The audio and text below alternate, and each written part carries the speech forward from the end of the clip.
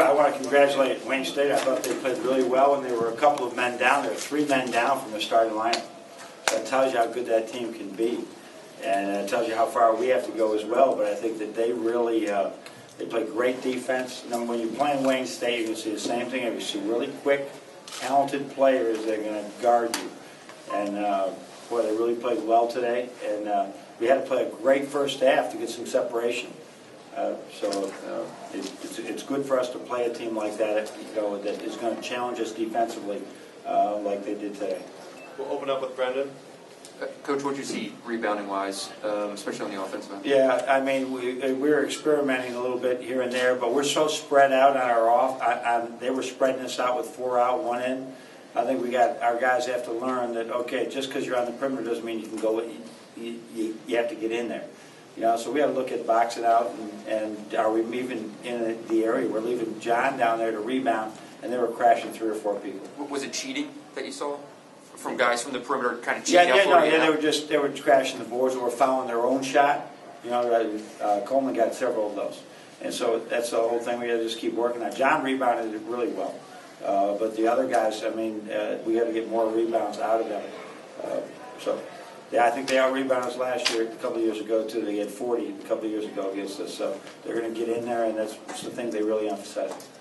Right in the back, Coach Jennifer. Hi, John. I guess I'm wondering just kind of where you feel like your team is, where you want to be, and what... I wanted to give Derek and Zach as many minutes as we could out there. I think they needed to get out there and make some mistakes and have some success, and they certainly had both of those things today. So it was good to see guys coming off the bench like that, Karras, Spike, Zach coming in and giving us that little boost off the bench.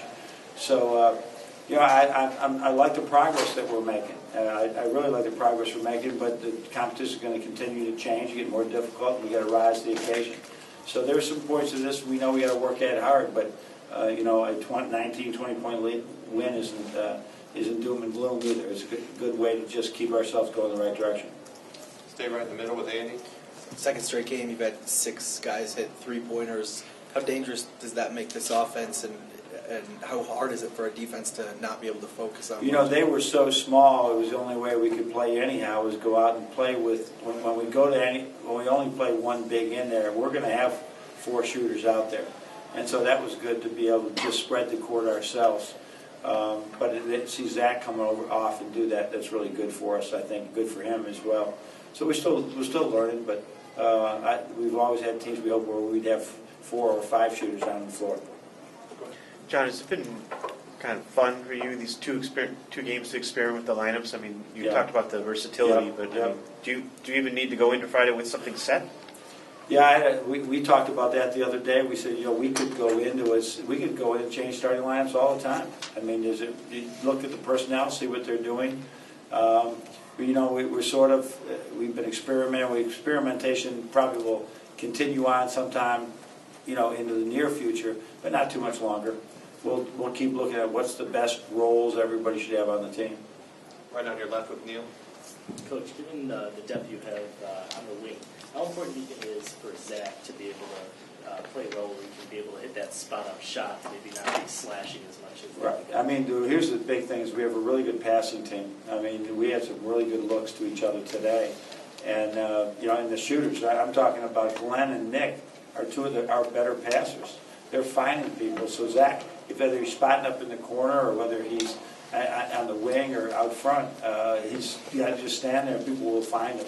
So just having that one extra shoot, a little bit like when we played small and Novak was out there, it was that 4th dynamite shooter out there that can really impact an offense. We get to the rim better. Right, stay with Joe right in the middle.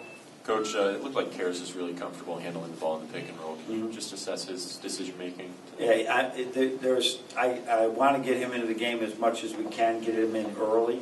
And the other thing that's Karras on the defense is just really helping us a great deal. So, he's learning more and more what he can do. When he changes speeds, he gets shot out of a cannon a couple of times.